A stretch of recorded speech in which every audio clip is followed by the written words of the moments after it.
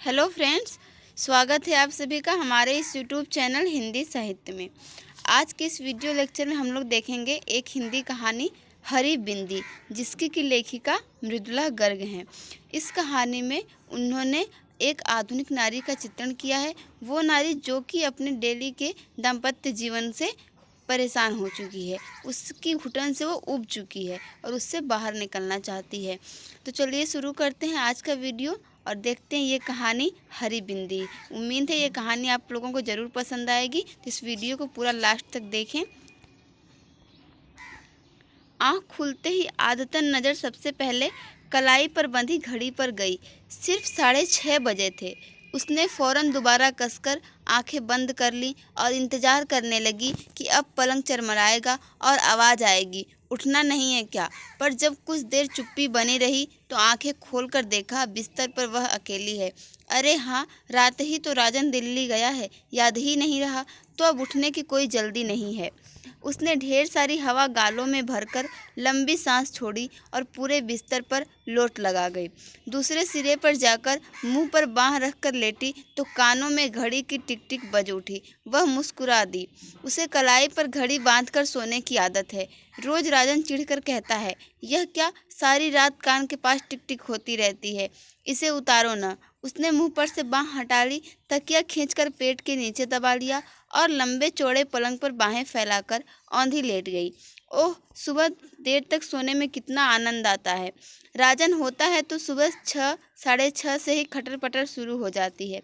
चाय नाश्ते की तैयारी, दोपहर का खाना साथ में और 8 बजे राजन दफ्तर के लिए रुखसत। न जाने राजन को जल्दी उठने का क्या मर्ज है। खैर, आज वह स्वतंत्र है, जो चाहे करे। उसने शरीर को ढीला छोड़ दिया और दोबारा सोने की तैयारी करने लगी। फिर आँख खुली तो 8:30 बज चुके थे। उसने एक प्याला चाय बनाई और खिड़की का पर्दा हटाकर बाहर झांकने लगी। दूर तक धुंध छाई थी।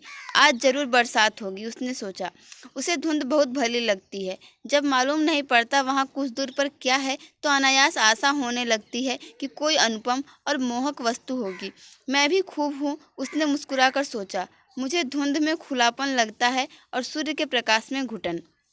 चाय पीकर गर्म पानी से देर तक नहाया जाए, उसने सोचा और बाल्टी भरने लगी। फिर ठंडे पानी की फुहारी ऊपर छोड़ ली और एक गजल गुनगुना उठी।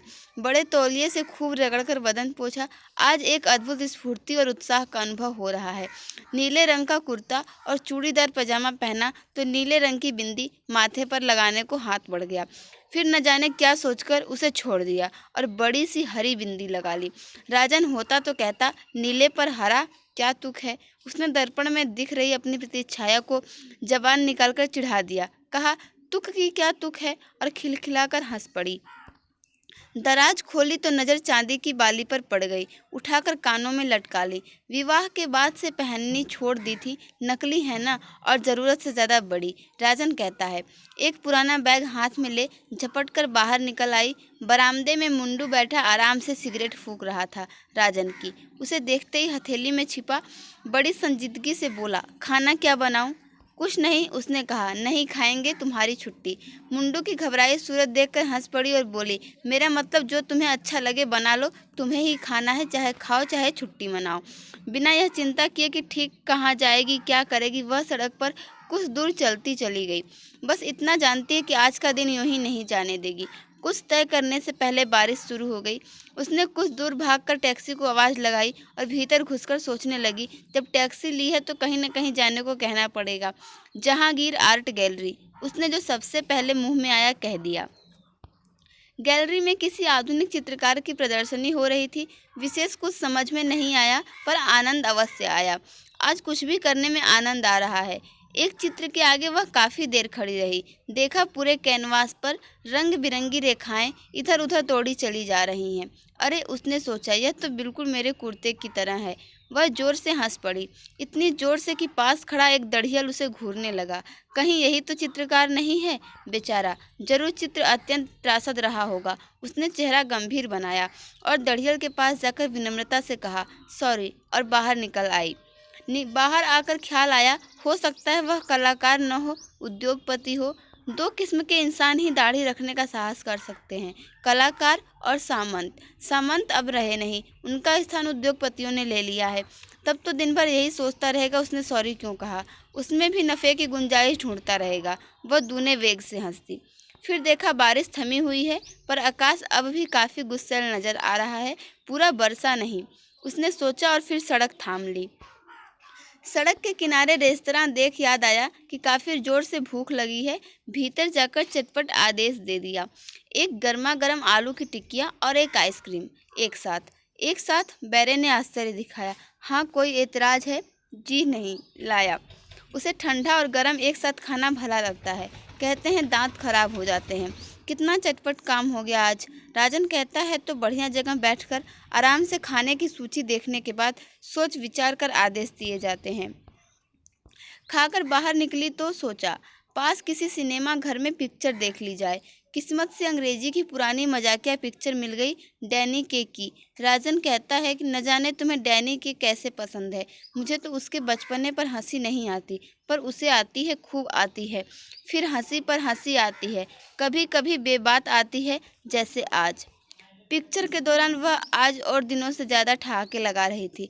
पास बैठे आदमी की सूरत अंधेरे में दिख नहीं रही थी, पर हंसी की आवाज़ ज़रूर सुनाई पड़ रही थी। पता लग रहा था हंसने में वह उससे 2 कदम आगे है।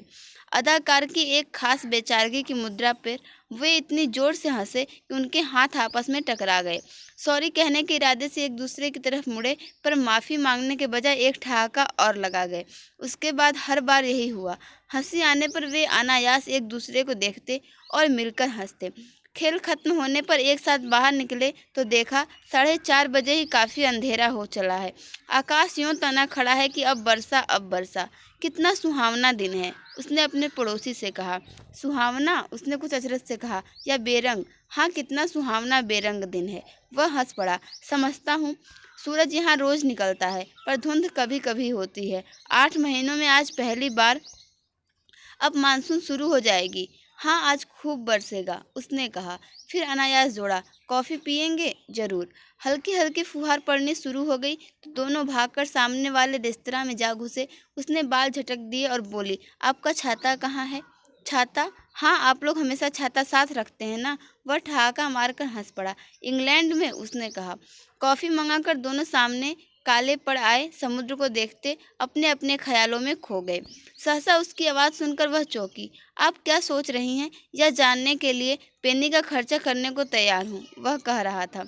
दीजिए, उसने हंसकर कहा। उसने निहायत संजीदगी से जेब में हाथ डाला और एक पेनी आगे कर दी। उसने उसे हथेली में बंद कर लिया। बतलाना सच सच होगा। मैं सोच रही थी समुद्र में कूद पड़े तो कितनी दूर तक अकेली तैर सकूंगी। और आप क्या सोच रहे थे? पर पेनी नहीं दूंगी। उसने मुट्ठी कसकर बंद कर ली, जैसे उसमें किसी आत्मीय का दिया उपहार हो। बुरा तो नहीं मानेंगी? उसने पूछा। नहीं, उसने कह दिया, पर दिल बैठ गया। अब वही घिसी पिटी आशिकाना बातें शुरू हो जाएंगी। मैं सोच रहा था बारिश बढ़ जाने पर यहाँ से वोरली तक का टैक्सी भाड़ा कितना लगेगा। वह जोर से हंस पड़ी, दुर्भावना से नहीं, हर्ष के अतिरेक से। मुझे रास्ते में छोड़ते जाएंगे तो आधा, उसने कहा। बहुत खूब। उसने यह नहीं पूछा कि वह रहती कहाँ है। उसे लगा जीवन में पहली बार ऐसे इंसान के साथ बैठी है जो यह नहीं जानना चाहता उसके पति हैं या नहीं, और हैं तो क्या काम करते हैं। समुद्र के जल पर गिरती वर्षा की बूंदें कितनी अच्छी लगती हैं, उसने कहा।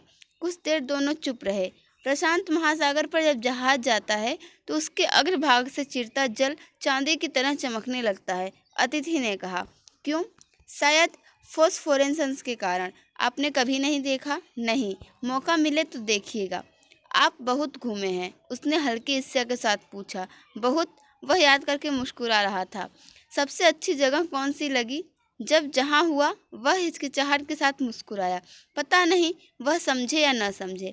वह हामी में सिर हिलाकर मुस्कुरा दी। उसने देखा कॉफ़ी खत्म हो चली है और बैरा बिल लिए आ रहा है। बाहर वर्षा थमने लगी है, धुंध भी छट रही है। नहीं, धुआंधार नहीं बरसेगा। वह संकेत झूठा निकला। अब धुंध हट जाएगी और वही तेज प्रकाश वाला सूर्य निकल आएगा। बिल आने पर उसने उठा लिया और कहा, न्योता मेरा था। अतिथि ने बहस नहीं की। शुक्र है, उसने सोचा, पैसे देने की जिद करने लगता तो सब कुछ बिखर जाता। टैक्सी लेकर चले थे कि घर आ गया। उतरते उतरते पैसे निकालने लगी तो उसने रोक दिया, रहने दीजिए। क्यों? उसके माथे पर सिकन पड़ गई। आज का दिन मेरे लिए काफ़ी कीमती रहा है। कैसे? मैंने आज से पहले किसी को हरी बिंदी लगाए नहीं देखा, उसने निग्ध स्वर में कहा। वह जरा ठिठकी कि टैक्सी चल दी, कुछ दूर जाकर आंखों से ओझल हो गई।